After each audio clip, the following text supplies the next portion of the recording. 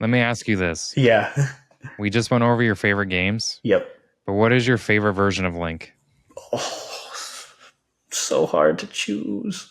I'll tell you mine while you think about it. Yeah, go for it. So we know Twilight Princess is my favorite game. Yep. I love the look of that Link, but it has to be any version of Link in Super Smash Brothers. Yeah. It's not even like I love the Zelda games. Anytime I could pick Link up in Super Smash Brothers, Yeah. I felt so powerful. Right? Like Melee Link, Oh, best. I'll end all of you. Yeah. Like, though Fox was my favorite character in Melee, Link was always like any game. I'm picking Link first just because I want to see what he plays like. Right. And then Brawl came out, and he was a little bit different. And then you got the Wii U version, the 3DS version, and then the Switch version. You got Ultimate, where you have Young Link, who is absolutely insane. I love the playstyle of Young Link. Regular Link is still pretty good. You know, you got Toon Link. Yeah. But any version of like the 64 is classic. Yep. There's something about it's he doesn't speak. Yeah. Which still blows my mind. We'll get into it later and how they're going to manage this. Yes. But his grunts and his attack cries and how what he's like throughout the story. He's the hero. Yep. So you just want to be the hero. Right. You have the unlimited power in this sword. And when you get to pick him in Super Smash Brothers, you feel like you can just take on anybody, right? Yes. But yeah, so that's my favorite version.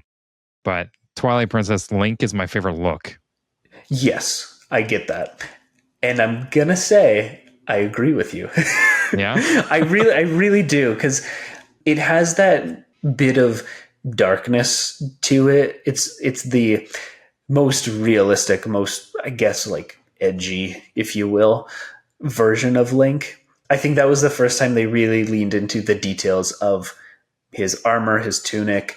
I personally finally paid attention to the Master Sword in that iteration of it. You actually looked at it, even though in Wind Waker they literally focus on him reforging it, but it didn't feel the same because there's not as much of that detail.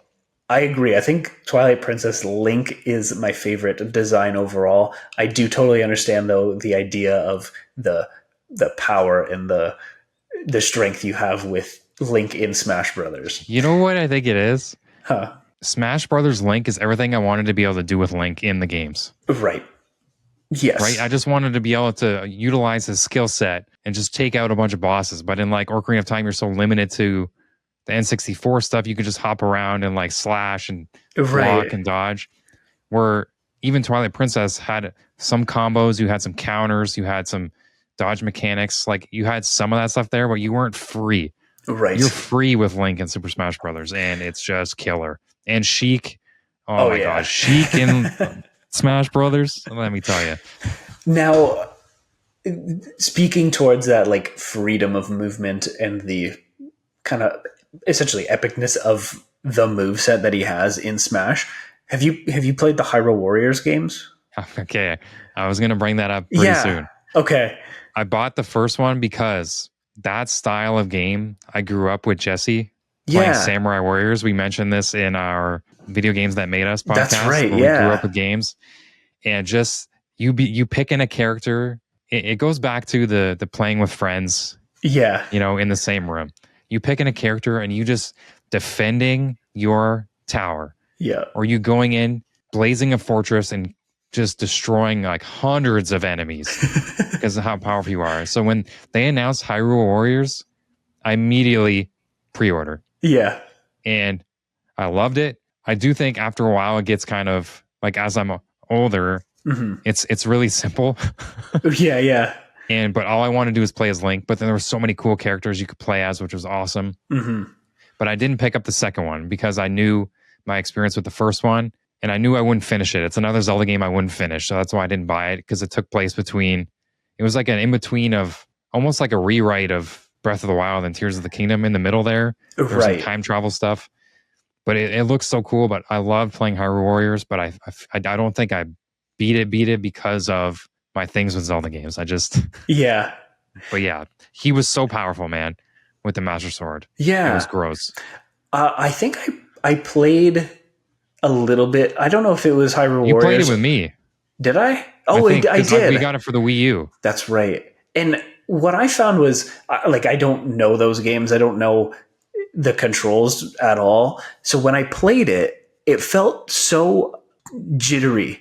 And I didn't feel like I had that same control over the playable character as I would with Smash. And that's why I like the Smash movement of Link, I think, the most, because it's so, I can anticipate those movements with every like toggle press, every button smash.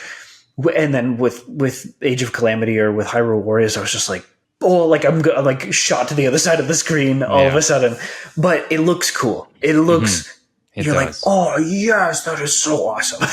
It's everything you wanted. Like when you hear about the war, yes, of Hyrule, and you get to lead your heroes into battle. right. Like that's what you expect a war to look like, and it's so epic. Yeah, but I get what you mean. Like because he moves so quick, right? And he's running really fast, and like when you move a joystick, he's not like as strafing. smooth. Yeah, and then all you're doing, strafing, and then all you're doing is mashing a couple buttons, and he just does a bunch of stuff. Yeah, it's just to blow people out of the water. But yeah, it's made. They had the same movement in Samurai Warriors. It's a style of game where it's not as fluid, but it's fast and destructive. Right. Exactly. I think in terms of playability, again, a close second for me would actually be Breath of the Wild, because once I kind of got into the rhythm of it, I could fight enemies like with my eyes closed. Right. You knew where they were, you knew how you were going to swing the sword or whatever object it was. If I knew it was a bigger sword, I knew it was going to take some more time, so I had to like lean into it and get him swinging it or something.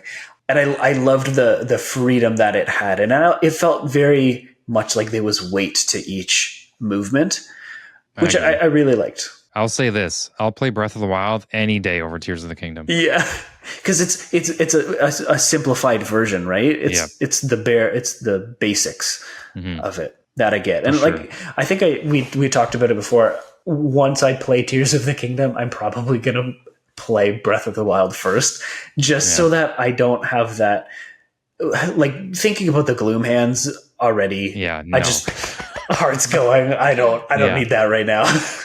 I felt like that with the Guardians, but now I see them. I know I can block it with my shield.